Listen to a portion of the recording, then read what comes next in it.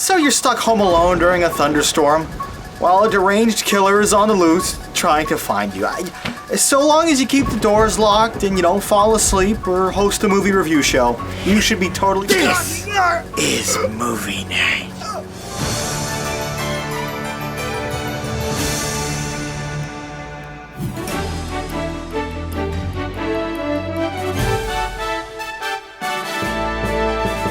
Hello and welcome to Movie Night. I'm your host, Jonathan Paula. To celebrate Halloween, tonight we'll be reviewing 3 slasher classics, all of which have resulted in numerous sequels and 21st century remakes. We'll begin with the original Halloween. This John Carpenter classic was released in late October of 1978, grossing $70 million at the box office, over 200 times its meager budget of $325,000. The eerie and iconic theme music sets the mood for the quick 91-minute horror film, which opens with a horrifying flashback scene of a small 6-year-old Michael Myers murdering his sister in cold blood with a large kitchen knife. No motivation or explanation is ever provided for the reasons behind Myers' gruesome slayings, and that is undeniably the charm of this, at times, almost quaint teenage story. The masked, mysterious killer doesn't have any reasoning, he just wants to kill and move on. And the fact that he does so on a chilling Halloween evening in a typical suburban neighborhood makes the events all the more terrifying. The quintessential slasher film, and arguably the grandfather to the entire subgenre of widely successful horror films, Halloween is at worst slow-paced, and at best incredibly unsettling to watch. In her first ever role, Jamie Lee Curtis is magnificent as the teenage babysitter who slowly realizes her friends down the street are being murdered one at a time. The angst, worry, and fear is expertly conveyed through her emotions. Donald Pleasance is the steady voice of reason, Myers' former doctor before the deranged killer escaped from a nearby mental hospital, who warns the townsfolk, you must be ready for him. If you don't, it's your funeral. All of the gory violence takes place off-camera, with Carpenter implementing an immensely effective technique of letting the audience imagine the deadly sights for themselves. The claustrophobic filming style, often switching to Myers' first-person perspective as he stalks his prey, makes for some tense moments in the dark homes and streets of the sleepy Illinois town.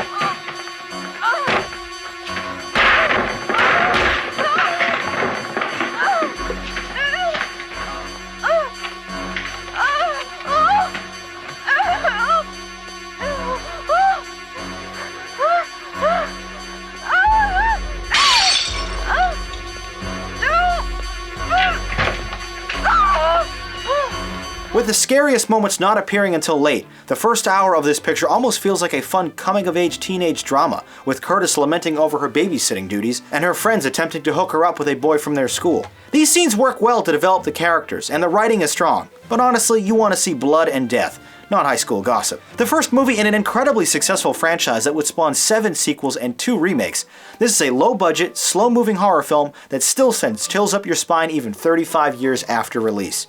The equally enjoyable 1981 sequel picks up immediately where this picture leaves off, making for a great 3-hour experience next time you want to watch them alone with the lights off. Required viewing for all slasher fans, Halloween has terrifying thrills with simplistic delivery. Now let's read some of your reviews from the YouTube comments.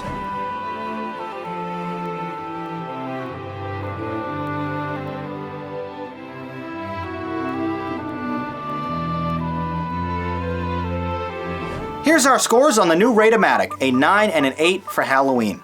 Calling it influential, unexpected, and most importantly scary, you really enjoyed this film and appropriately scored it an awesome. Horror films have never really been my thing, but once this gets going, it delivers the scares, which is especially impressive given the film's age. I thought it was a great movie. Tonight's second slasher flick is Friday the 13th. Released in May of 1980, this 95-minute horror film from director Sean S. Cunningham grossed over 70 times its paltry $500,000 budget. Adrienne King leads a cast of 20-something counselors at Camp Crystal Lake prior to the start of its summer season. One by one, these sexually promiscuous meatbags, including a hammy performance from a young Kevin Bacon, are murdered in bloody executions from an unseen first-person stalker. The unrealistic dialogue and its stilted delivery doesn't do much in the realism department, nor does a comically ridiculous town crazy who keeps warning, "You're doomed! You're all doomed!" One of the few X-rated films to receive mainstream success, this movie shamelessly incorporates all of the stereotypical horror tropes. A full moon, thunderstorm, power outage, cut phone lines, stalled truck engine, and plenty of screaming and running. Since none of the characters realize they're actually in danger until the 70-minute mark, there's very little tension involved, with nothing driving the empty narrative except a voyeuristic need to see flesh and blood. Tracking shots slowly ramp the anxiety in each of the gruesome death scenes, all witnessed from the killer's relentless perspective. From decapitations to archery-inspired murders to throat slits and machete slices, the frequent on-screen deaths stay decently inventive and are basically the only thing that kept me interested. Ollie and free.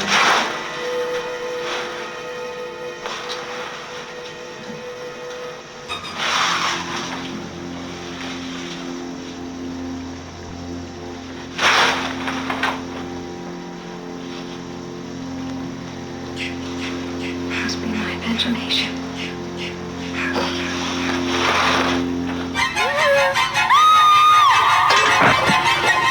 When the climax nears and a clear protagonist finally emerges, there is a laughably prolonged battle as the lone survivor fights for their life. Slow and campy by today's standards, this film is entertaining only as a curiosity for fans of the genre interested to see the humble beginnings of this 12-picture franchise. Harry Manfredini's score is perhaps the one thing that holds up well. The eerie echoing in the background suggests more than uneasiness in the air. Besides the oft-repeated first-person killer cam, the visuals here are largely uninspired, resulting in some unfortunately predictable scare moments. Although it's interesting to see where it all began, this is not a movie I plan to watch again, and most viewers today are likely better off with the 2009 remake. Friday the 13th. Cheap scares, but enjoyable gore. Now let's see what you had to say about this movie in the YouTube comments.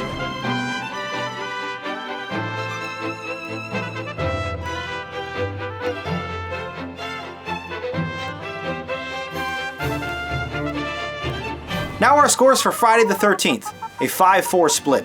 You applauded the setting, music, and atmosphere, but enjoyed little else, rating it an alright. With such a basic premise, I was disappointed more wasn't done here. The cool death sequences weren't enough for me to recommend it. I thought it was meh. Our final review tonight is for A Nightmare on Elm Street. Earning $24 million in profit when released in November of 1984, this R-rated slasher from acclaimed director Wes Craven was so successful it managed to single-handedly save its distributor, New Line Cinema, from bankruptcy. Heather Langenkamp leads a group of sexually promiscuous teens as they're slowly and mysteriously terrorized by a deranged killer from within their dreams, only to wake in the real world with mortal wounds.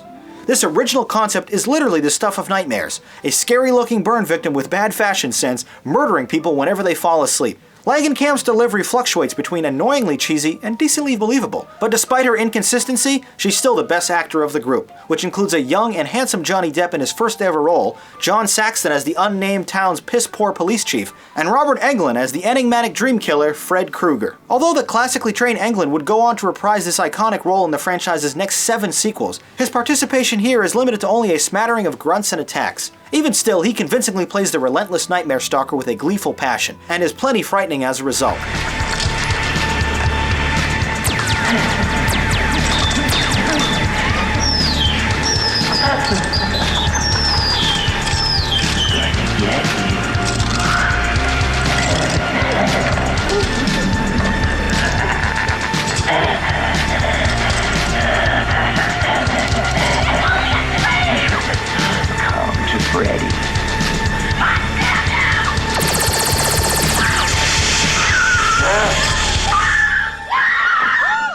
As the well-paced but familiar story of privileged white suburban kids getting killed one by one plays out, the adults around them respond with a frustrating lack of urgency, seemingly unconvinced of the true threat, with one parent rather ironically scolding, "You're going to get some sleep tonight if it kills me." The $1.8 million budget allows for some more inventive and expensive special effects, like flipping an entire bedroom upside down and filling it with 500 gallons of blood in one of the 91-minute picture's more unsettling scenes. Although some of the blood looks decidedly fake, the many deaths here are awesomely gruesome and fun to watch unfold. The music by Charles Bernstein is, emotionally speaking, like nails on a chalkboard, a constant sort of grating that leaves you perpetually on edge. The birth of a classic Hollywood villain and a successful 9-picture franchise, this movie should have no problems frightening children for generations to come. A Nightmare on Elm Street. Haunting imagery with helpless characters. Here now are your reviews from the YouTube comments.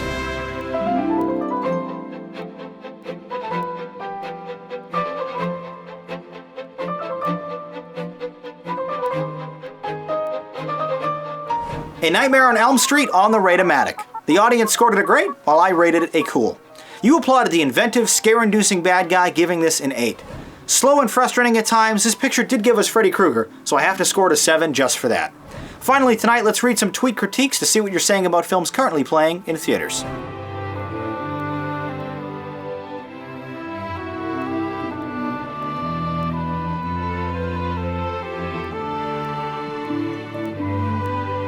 If you see a new movie in theaters, tweet your review with the JPMN hashtag to have it featured on the show. And be sure to follow me on Twitter or Facebook for updates between episodes and to help decide upcoming reviews. Next week, we'll take our first stab at catching up on films we missed over the summer, starting off with The Internship, brand new on DVD this week, The Heat with Sandra Bullock and Melissa McCarthy, and R.I.P.D., the supernatural comedy starring Ryan Reynolds. Once you've seen these films, share your opinions by voting in the polls below or by leaving a comment review. And make sure to subscribe to the Movie Night Archive channel for exclusive trailer commentaries. This week I reviewed the upcoming Captain America sequel, and for an organized library of all our past reviews.